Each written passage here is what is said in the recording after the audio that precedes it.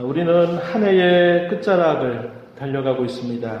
이제 앞으로 벌써 한 2주 정도만 지나가면 또 이제 2017년도가 지나가고 또 새로운 한 해를 우리가 맞게 됩니다. 교회력으로 우리가 따질 때는 이제 성탄절을 앞두고 있습니다. 주의 성탄을 기다리는 때를 두고 대강절이다 이렇게 부릅니다. 예수님의 강림을 기다리는 때다. 그래서 이것을 대강절 이렇게 부르고 있습니다. 한 해의 종착점에 도착하면서 과연 우리의 삶 속에 무엇을 남겼는가 생각해 보면은 뿌듯함과 또 무엇인가를 해냈다라고 하는 성취감을 느끼는 것보다도 항상 아쉬움이 남고 또 부끄러움을 느끼게 되는 때가 아닌가 싶습니다. 사람들은 이렇게 생각하죠. 인생이 뭐 다 그런 거 아니겠냐고 이렇게 말하면서 그래 한번 사는 인생 뭐 어쩔 수 없는 거 아니겠는가 이렇게 생각하면서 될 대로 되라 그러면서 이렇게 살아가는 경우들이 참 많습니다. 연말이 되면 사람들이 흥청망청 자기의 시간들을 많은 사람들과 더불어 보내게 되는 때가 또 이때이기도 합니다. 하지만 저와 여러분 하나님께 구원을 받는 성도들은 그런 삶에서 살지 말라고 건짐을 받은 사람들입니다. 신약성경 에베소서 5장 16절 말씀에 보면 세월을 아끼라 때가 악하다 이렇게 우리에게 일러주고 있습니다. 세월을 아끼라 이는 말을 성경에 따라서 이렇게 옮겨지기도 합니다.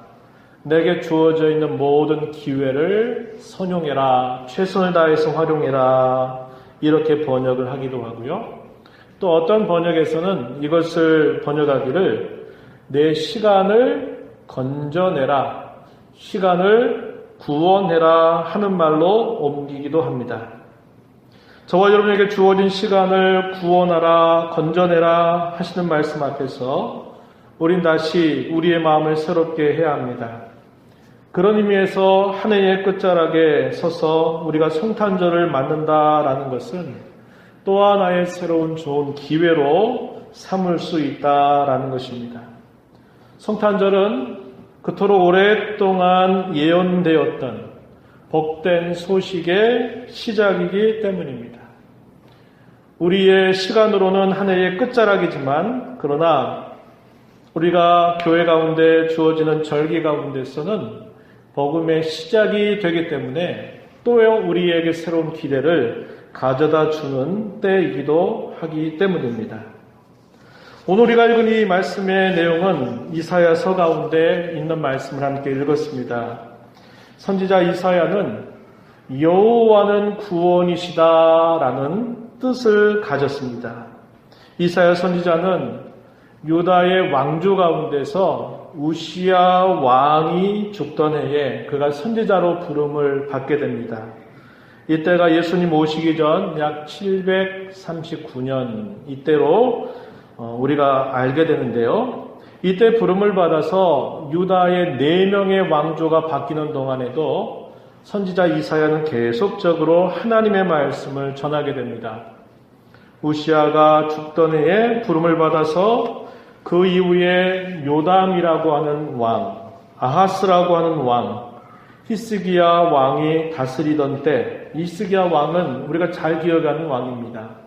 이 왕이 자기의 때를 마치던 때가 예수님 오시기 전 686년 정도가 되니까 무려 50여 년이 넘는 시간들 동안 선지자 이사야는 하나님의 말씀을 전하는 그런 역할을 감당합니다. 그러다가 므낫세라고 하는 왕, 유다 왕 중에서 아주 악한 왕으로 분류가 되는 이 므낫세 왕 때 사람들에 의해서 톱으로 잘려서 그의 삶을 마감했던 그런 인물로 알려지고 있습니다. 이사야는 하나님께 부름을 받아서 아주 긴 성경을 기록하는데 그게 이사야서예요. 이사야서를 두고 많은 성경의 학자들은 구약 성경 가운데 주어진 복음이다 이렇게 말합니다. 구약의 복음이라 이렇게 부르고 있어요. 잘 아는 바와 같이 이사야서 가운데 특히 이사야 뒷부분에 보면 53장 내용 보면 우리가 꼭 예수님의 고난을 생각할 때, 예수님께서 하시는 십자가의 사건을 생각할 때 늘 떠올리는 말씀이 있죠. 그가 찔림은 우리의 허물을 인함이요 그가 상함 우리의 죄악을 인함이라. 그러면서 예수님께서 당하시게 될 그 고난의 구체적인 내용들이 아주 세세하게 이 선지자 이사야를 통해서 예언되고 있기 때문에 이 이사야서를 두고 구약의 복음이다 이렇게 부르고 있습니다. 이사야서는 크게 두 부분으로 나눠볼 수 있겠는데, 오늘 우리가 읽은 40장의 앞부분까지 이사야서 1장부터 39장까지의 내용은 당시에 오랜 시간이 지나가는 동안 역사적인 상황들 속에서 선지자 이사야가 하나님의 말씀을 받아서 전하고 있는 내용을 담고 있습니다. 당시 유다 나라의 죄악상을 낱낱이 고발하고 들추어내는 일을 하게 되고요. 그 죄악으로부터 돌이키지 않는다면 하나님의 심판이 임하게 될 것이다 하는 메시지를 아주 오랜 시간 동안 계속해서 말씀을 전하게 됩니다. 그래서 이사야서 1장부터 39장의 내용에서는 죄악을 폭로하고 심판을 경고하는 그런 메시지가 대부분을 이루게 되고요. 그런 가운데서 어떤 일이 있었냐면 자기의 형제 국가였던 북이스라엘 나라가 결국 아수르라고 하는 나라에 의해서 패망하게 되는 역사적인 슬픔을 경험하게 되었습니다. 바로 자신들의 옆에서 일어난 실제적인 그런 교훈이 되는 사건이었어요. 하나님의 백성들은 하나님이 언제나 함께 하셔서 그 백성들은 언제나 건진받고 언제나 보호받는다라고 생각했던 그들의 기대, 그들의 모습이 철저하게 패망되는 사건을 통해서 큰 충격을 받게 되었던 것입니다. 그런데도 이 유다 나라는 그것을 살아있는 하나의 교훈으로 삼지 못하고 여전히 자신들의 상황은 큰 변화가 없이 시간이 흘러가고 있는 거예요. 유다 백성들의 패역한 마음은 변하지 않고 있는 것입니다. 그러다가 마침내 이 히스기야 왕이 다스리던 때 그의 불순종이 하나의 계기가 되어서 하나님께서 히스기야에게 이런 말씀을 전달해 주십니다. 이 내용이 이사야서 39장 5절, 6절, 7절에 보면 이 말씀을 우리가 확인할 수 있습니다. 여러분 잠시 한번 우리가 이런 성경의 앞부분으로 한번 가서 한번 보시죠. 이사야서 39장 5절 거기 보면 이사야가 히스기야에게 이르되 왕은 만군의 여호와의 말씀을 들으소서. 보라 날이 이르리니 내 집에 있는 모든 소유와 내 조상들이 오늘까지 쌓아둔 것이 모두 바벨론으로 옮긴 바 되고 남을 것이 없으리라 여호와의 말이니라. 또 내게서 태어날 자손 중에서 몇이 사로잡혀 바벨론 왕궁의 환관이 되리라 하셨나이다. 하나님의 선지자 이사야를 통해서 당시의 왕 히스기야에게 이러한 말씀이 전달된 것입니다. 어떤 말씀이었나요? 내 집에 왕궁에 있는 모든 소유, 내 조상들이 오늘까지 쌓아둔 것들, 그것들이 다 바벨론이라고 하는 곳에다 옮겨지게 될 것이다. 이렇게 말하는 겁니다. 무슨 말이에요? 유다 나라가 패망한다는 겁니다. 나라를 잃지 않고서야 이러한 일들이 일어나지 않는 것이죠. 이 일을 선지자 이사야를 통해서 히스기야에게 알려주었습니다. 그때 히스기야가 어떻게 반응합니까? 8절 말씀 보면 이렇게 말해요. 당신이 이른바 여호와의 말씀이 좋소이다. 내 생전에는 평안과 견고함이 있으리로다. 히스기야에게 이런 하나님의 엄중한 말씀이 전달되었던 때가 약 680년 이런 정도 됐겠죠? 680년 정도 됐는데 실제로 이 일이 일어나게 되는 때는 언제냐면 그로부터 100년이 지나고 나서 587년이 됐을 때 실제로 유다 나라가 패망하게 되는 사건을 통해서 이 왕궁에 있는 이 모든 것들이 바벨론으로 다 옮겨져 버리게 되는 사건이 벌어지는 겁니다. 그러니까 히스기야가 뭐라고 대답해요? 좋습니다. 하지만 내 생전에는 이런 일들이 일어나지 않겠군요 라고 생각하면서 평안과 견고함이 있을 것이라고 말하는 겁니다. 앞서서 선지자 이사야를 통해서 히스기야에게 당신이 병에 걸려 이제 죽을 것입니다 라고 말했을 때 이 히스기야는 벽을 향해서 하나님 앞에 간절하게 기도하는 겁니다.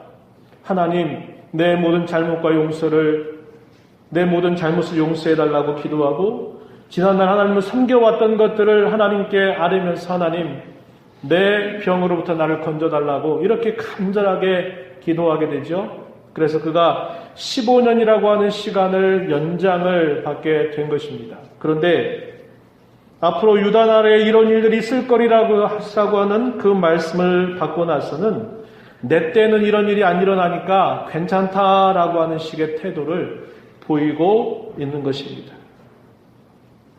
바로 그런 상황이 39장에 있게 되고요. 우리가 읽은 40장의 내용에서 이제 전혀 다른 상황이 펼쳐지는데요.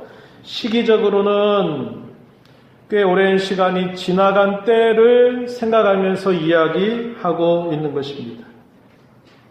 이사야서 40장에서부터는 새로운 상황이 펼쳐지는데 어떤 상황을 두고 미리 이야기하고 있냐면 바벨론 나라의 포로로 끌려가서 그 포로의 말기가 되었을 때 이 상황을 생각하면서 미리 예언의 말씀을 전하는 것입니다.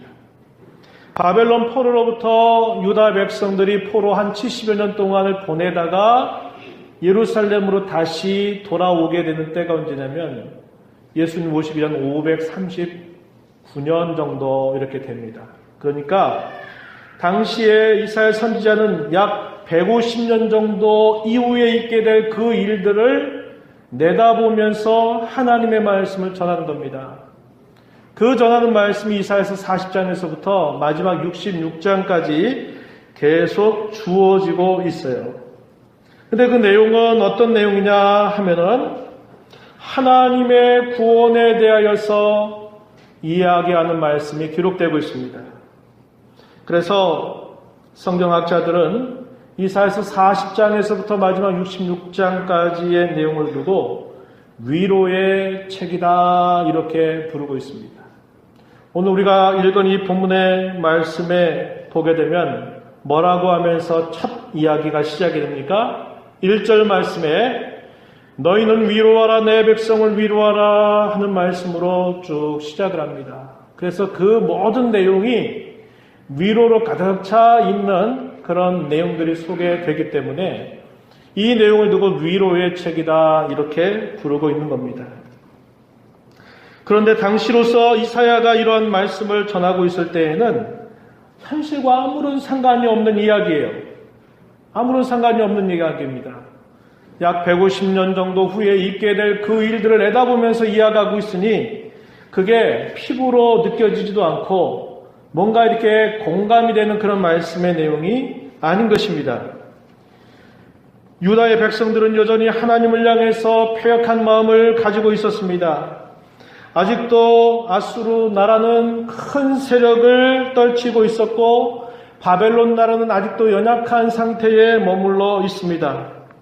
그런데 무슨 바벨론 포로를 이야기하고 바벨론 포로 이후에 하나님께서 그 백성들을 구원하심으로 그 백성들을 위로한다라는 말씀이 과연 그들에게 무슨 뜻으로 이 말씀이 들리겠습니까?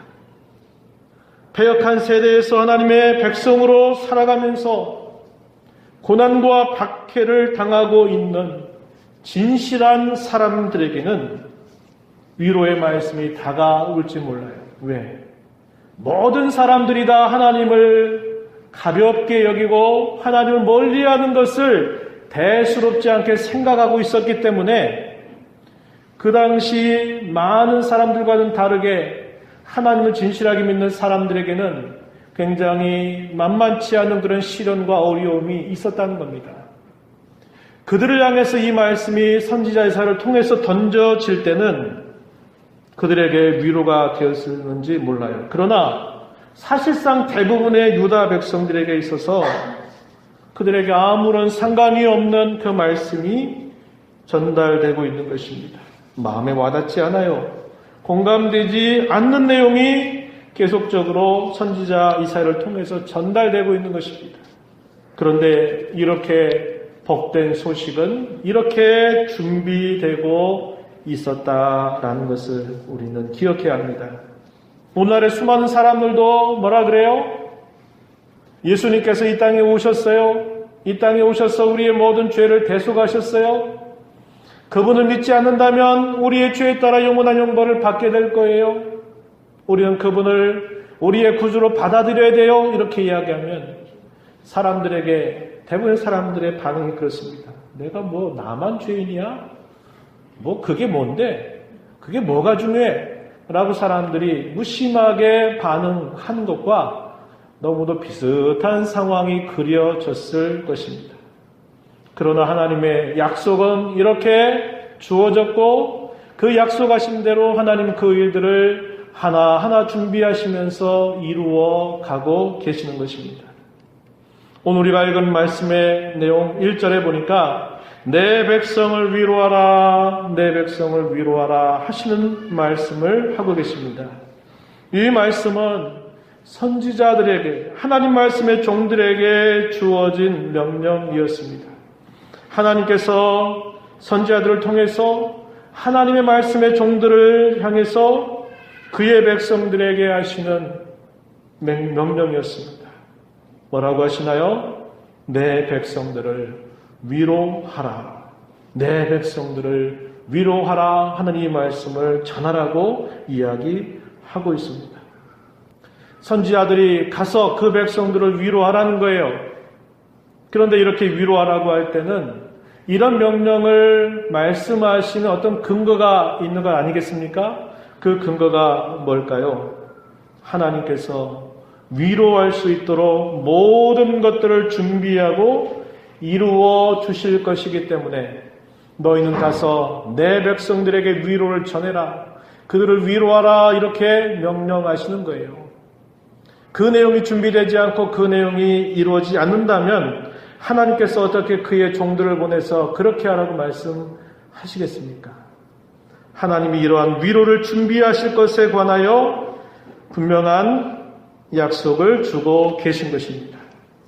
오늘 본문 3절과 4절 가서 보면 하나님이 이 위로를 위해서 준비하실 일들에 대하여 이렇게 가르쳐 주고 계십니다. 3절에 가서 한번 보시죠. 3절 너희는 광야에서 여호와의 길을 예비하라. 사막에서 우리 하나님의 대로를 평탄하게 하라. 골짜기마다 도두어지며 산마다 언덕마다 낮아지며 고르지 아니한 곳이 평탄하게 되며 험한 곳이 평지가 될 것이다. 이렇게 이야기하고 있습니다.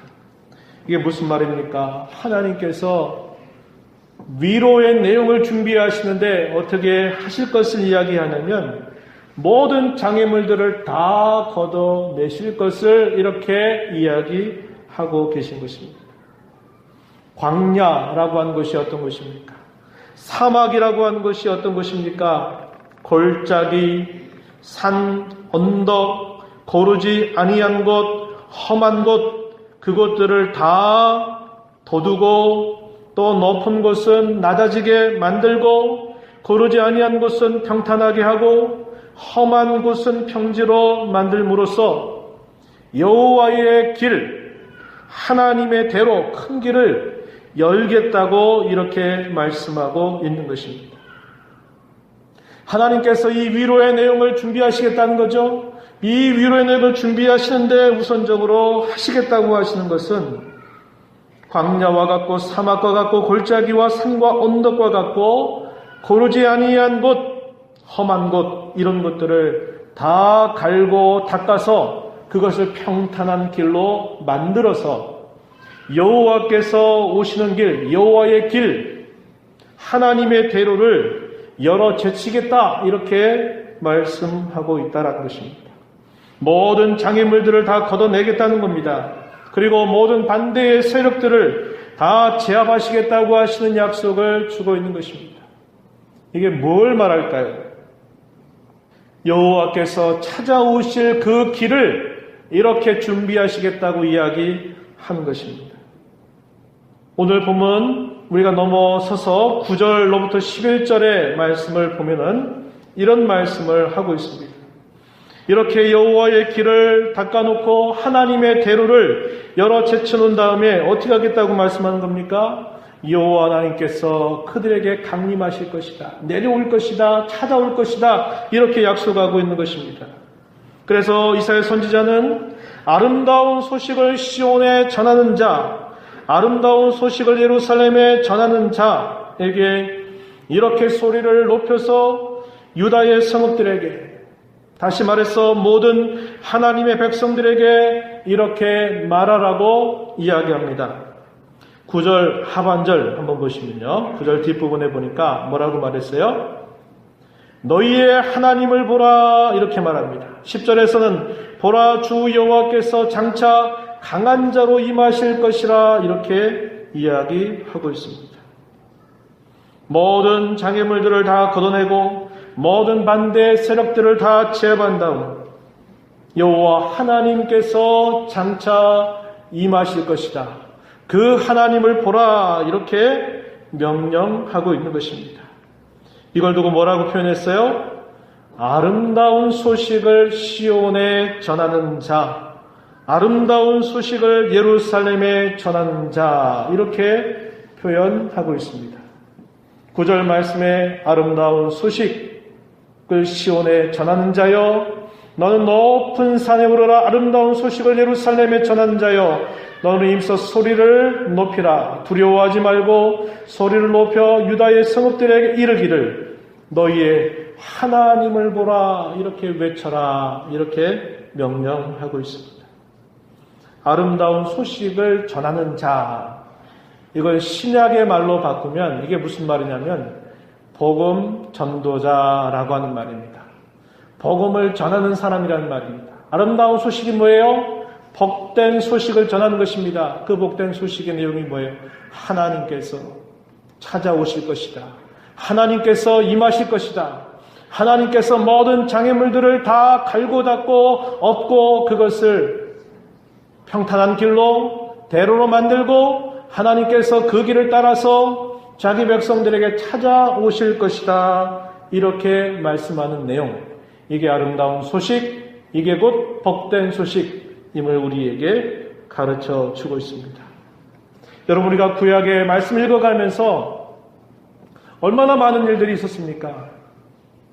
이스라엘 주변의 나라들은 이스라엘 나라를 삼키려고 늘 그 기회를 엿볼 때가 많았습니다. 이스라엘 나라를 삼킨다라고 하는 이야기는 무슨 얘기예요? 이스라엘을 통해서 하나님께서 약속하신 그 약속하신 분이 오는 길을 막아버리는 겁니다. 그 길을 아예 없애버리는 거예요. 그런데 하나님께서 어떻게 하십니까? 이스라엘 나라가 절대절명의 위기 가운데 있을 때에 하나님은 그의 필요한 때마다 하나님께서 구원의 역할을 하는 그런 종들을 보내셔서 하나님의 기적적인 능력을 통해서 그 백성들을 보호하고 건져주시고 지켜주시는 일들을 한 것입니다. 왜 그럴까요? 여호와께서 강림하시는 길을 닦아내시기 위해서 그런 것입니다.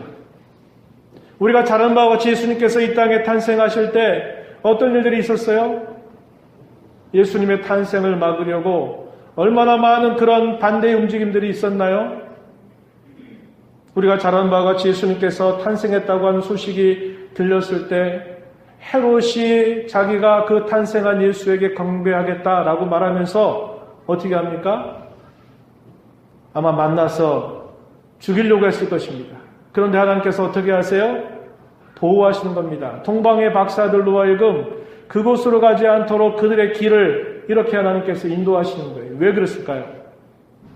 여호와 하나님께서 자기 백성들 가운데 찾아오시는 그 길이 방해자들에 의해서, 대적자들에 의해서 그것이 무의로 돌아가지 않도록 하시기 위해서 그렇게 하나님이 하셨다라고 하는 것입니다.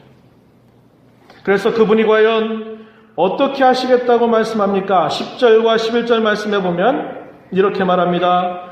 포로의 자리에서 자유하게 하시는 강한 용사로 이 땅에 오실 것이다. 다스리는 왕으로서 이 땅에 오실 것이다. 양떼를 먹이시며 품에 안으시며 온순히 인도하는 목자로서 자기 백성들을 찾아오실 것이다 라고 이렇게 말씀합니다. 한번 성경 본문을 한번 보시죠. 10절에 보라 주 여호와께서 장차 강한 자로 임하실 것이요 친히 그의 팔로 다스리실 것이라. 보라 상급이 그에게 있고 봉이 그의 앞에 있으며 그는 목자같이 양떼를 먹이시며 어린 양을 그 팔로 모아 품에 안으시며 젖먹이는 암컷들을 온순히 인도하시리로다. 그가 자기 백성들 가운데 찾아오셔서 무슨 일을 할 것인가? 포로 가운데 놓여있는 그들, 죄에 얽매이고 쇠사슬에 매여있는 그들을 다 그의 강한 손으로 그것을 다 건져내겠다고 이렇게 이야기하고 계시는 거죠. 그들을 하나님께서 보호하고 그들을 다스릴 것이라고 이야기하는 겁니다. 목자가 마치 그 양떼를 품에 안아서 그 양떼를 보호하고 먹이고 인도하는 것처럼 그 백성들에게 찾아와서 그 일을 하실 것이라고 가르쳐 주고 있는 것입니다. 이렇게 하시기 위해서 먼저 해결되어야 할 한 가지의 일이 있습니다. 본문 2절에 한번 가서 보세요. 2절 말씀 보면 이렇게 외치라 하는 메시지를 우리가 봅니다. 그 노역의 때가 끝났고 그 죄악이 사함을 받았느니라. 그의 모든 죄로 말미암아 여호와의 손에서 벌을 배나 받았느니라. 이렇게 말하라고 이야기합니다. 노역의 때, 쉽게 말하면 종살이 하는 때를 말하는 겁니다. 자신들의 죄의 값을 지고 그 죄의 값을 따라 종살이 하는 때, 그때가 끝났다. 왜? 그 죄악이 다 사함을 받았기 때문이라고 이야기합니다. 그의 모든 죄로 말미암아 여호와의 손에서 벌을 배나 받았기 때문이라고 이야기합니다. 이게 무슨 말입니까? 죄악과 형벌의 문제를 해결하셔야만 된다라는 것입니다. 죄악과 형벌의 문제 해결 없이 하나님께서 그런 위로의 말씀을, 위로의 내용을 그들에게 전달할 수 없다는 거예요. 그 위로를 전달하기 위해서 먼저 해야 될 일이 그들 가운데 있는 죄악과 그 죄로 인한 형벌을 해결해야만 된다라는 것입니다. 여러분, 우리는 이 메시지를 아까도 말씀드렸듯이 이사야서 53장의 내용을 통해서 그 사실을 분명하게 확인할 수 있습니다. 하나님께서 보내시는 약속하신 분, 그런 메시아라 부르는데 그 메시아는 의로운 종으로 이 땅에 보냄을 받을 것이고 그 종은 고난의 종으로 보냄을 받을 것이라는 겁니다. 그래서 의롭고 의로운 종을 통하여 고난받는 종을 통하여서 그 백성들의 근본적인 죄와 그 형벌을 갚아 주시겠다라는 것을 약속하고 있는 것입니다.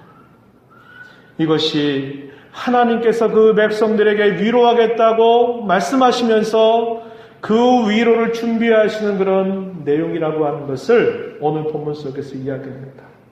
그 하나님의 약속, 그 하나님의 말씀은 영원하다라고 말합니다. 8절 가서 보면 이렇게 말하죠.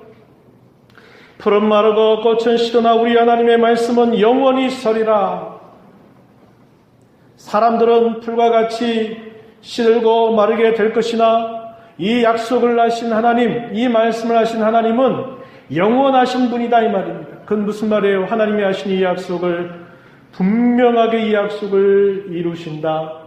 반드시 이 약속한 것을 성취하겠다라고 하시는 하나님의 확증, 그것을 우리가 이걸 통해서 확인해 볼 수 있는 것입니다.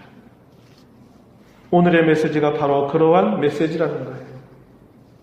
저와 여러분 위로가 필요한 세상을 살고 있습니다. 위로가 필요하다라는 것은 공고함과 지쳐있음, 고통과 아픔, 괴로움과 비참을 경험하고 있다라는 증거입니다. 왜 그러한 것이 주어졌을까요? 성경은 말합니다. 죄와 타락 때문이라고 우리에게 가르쳐 주고 있습니다. 그래서 우리는 이 땅에 살면서 너나 할 것 없이 위로를 필요로 하며 이 땅을 살아가고 있습니다. 그러나 어떤 위로가 필요할까요? 잠깐 우리에게 주어지는 위로, 혹은 겉으로는 위로라고 말하는데 속을 들여다보면 위로가 아니라 더 괴로움을 주는 그런 위장된 위로나 거짓된 위로, 그저 말로만 힘들죠? 잘 될 거예요. 잘 됐으면 좋겠어요. 위로 받으세요. 그저 말로만 하는 그런 위로, 이것이 우리에게 필요한 게 아닙니다. 우리에게 필요한 위로는 항상 우리의 상황을 뛰어넘어서 언제나 우리에게 위로가 되는 그런 위로가 필요한 것이고, 또 그것은 참된 것이 되어야 합니다. 겉으로는 위로라고 이렇게 써 있는데 뚜껑을 열어봤더니 위로가 아니라 우리를 더 괴로움 가운데 집어넣는 그런 거라면 그건 거짓된 위로가 될 것이에요. 참된 위로가 필요합니다. 그저 말뿐으로 아이고 힘들죠, 잘 됐으면 좋겠어요, 좋아질 거예요, 조금만 기다려보세요, 그저 말로만 하는 그런 위로가 아니라 실제적인 그런 위로, 그것이 우리에게 필요하다는 겁니다. 사람들은 이런 위로를 찾기 위해서 재미를 찾아다닙니다. 재미있으면 그것이 우리가 위로가 될 줄로 생각하는 것이죠. 무엇인가 취미를 찾아봅니다. 그리고 여가를 찾아보고 쉼을 찾아보는 것입니다. 잠깐은 버틸 수 있어요. 잠깐은 잊을 수 있을런지 모릅니다. 그러나 진정한 위로, 항상 주어지는 위로, 가장 실제적인 그런 위로가 되지 못한다는 것입니다. 진정한 위로, 유일한 위로는 오직 하나님께 돌아갈 때만 주어지는 선물임을 성경은 가르쳐주고 있습니다. 그런데 하나님께로 돌아가려면 뭐가 필요하다 그랬어요? 죄와 그 형벌의 문제가 해결되어야만 된다는 것인데 어느 인생도 그것을 스스로 해결할 수 없는 것입니다. 그래서 돌아갈 수가 없는 거예요. 돌아갈 수가 없는 것입니다. 우리의 힘대로 돌아갈 수 없는 거예요. 그런데 하나님께서 오늘 본문 속에 뭐라고 말씀하세요? 얘들아, 내가 그 길을 내가 다 닦아 두었단다. 내가 그 길을 다 너희를 위해서 내가 다 준비해 두었단다. 이렇게 주님이 우리에게 말씀하시는 겁니다. 이게 뭐예요? 복음입니다. 복된 소식이에요. 내가 거치는 것들 다 내가 제거할 거야. 내가 너희를 찾아올 텐데 내가 모든 것들을 다 갈고 닦고 엎어서 내가 평탄한 대로를 만들 것이고 내가 너희에게로 찾아올 것이라고 하나님 이야기하시고, 그분이 하신 그 말씀대로 그 위로의 길을 다 홀로 준비하시고 다 마련해 두셨습니다. 우리에게 뭐라고 말씀하세요? 그걸 인정하라는 겁니다. 네가 찾아서 네가 위로하는 것 네가 아무리 찾아간들 안 된다는 거예요. 그러나 진정한 위로는 너 할 것 아무것도 없다는 겁니다. 하나님이 다 우리를 위해서 준비해 주셨다고 말씀하는 거예요.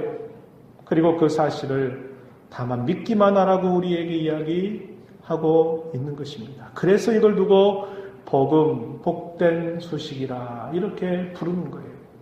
그 길을 어떻게 마련하셨나요? 저와 여러분을 위해서 이 땅에 하나님이신 그분 예수님께서 우리와 같은 사람으로 이 땅에 탄생하셔서 우리가 당해야 될 모든 죄값과 형벌을 대신 당해주신 그 일을 통해서 우리에게 이런 위로를 마련하셨고 그 위로를 우리에게 주시겠다고 하나님이 우리를 향해서 손짓하고 계신 것입니다.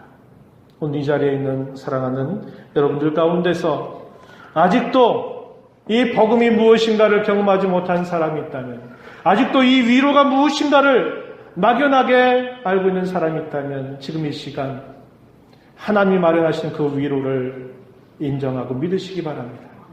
그리고 그 위로를 알고 있는 사랑하는 성도 여러분들께서는 그 위로를 늘 경험하기 위해서 하나님 언제나 가까이 하십시오.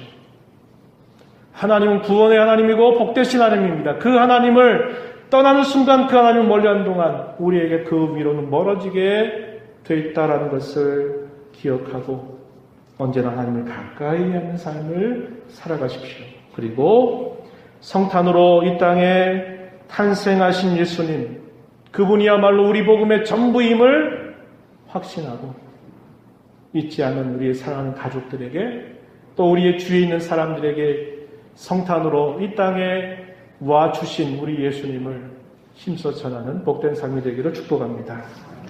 하나님 아버지 감사합니다. 저희들 얼마나 사랑하시고 얼마나 저희들을 귀하게 여기시는지 모릅니다. 보잘것없고 아무런 가치가 없는 저희들을 위해서 하나님께서 위로의 길을 다 홀로 준비하시고 그 위로의 길을 다 마련하신 다음에 그 위로를 이루시고 너희는 가서 나의 백성들에게 가서 위로하라고 하시는 말씀을 전달해 주신 하나님의 귀한 사랑 감사합니다. 그 위로의 은혜를 우리에게 값없이 허락하신 줄 알고 이 땅에 사는 동안 진정한 위로, 영원한 위로, 또 실제적인 그런 위로를 경험하며 또 그 위로 까닭에 많은 어떤 어려움과 시련들조차도 감당하고 이겨나갈 수 있는 저희들의 삶이 되게 하시고 성탄으로 이 땅에 오신 예수 그리스도를 기뻐하며 그 복된 소식을 전하는 저희들 모두가 되게 하여 주옵소서. 예수님 이름으로 기도하옵나이다. 아멘.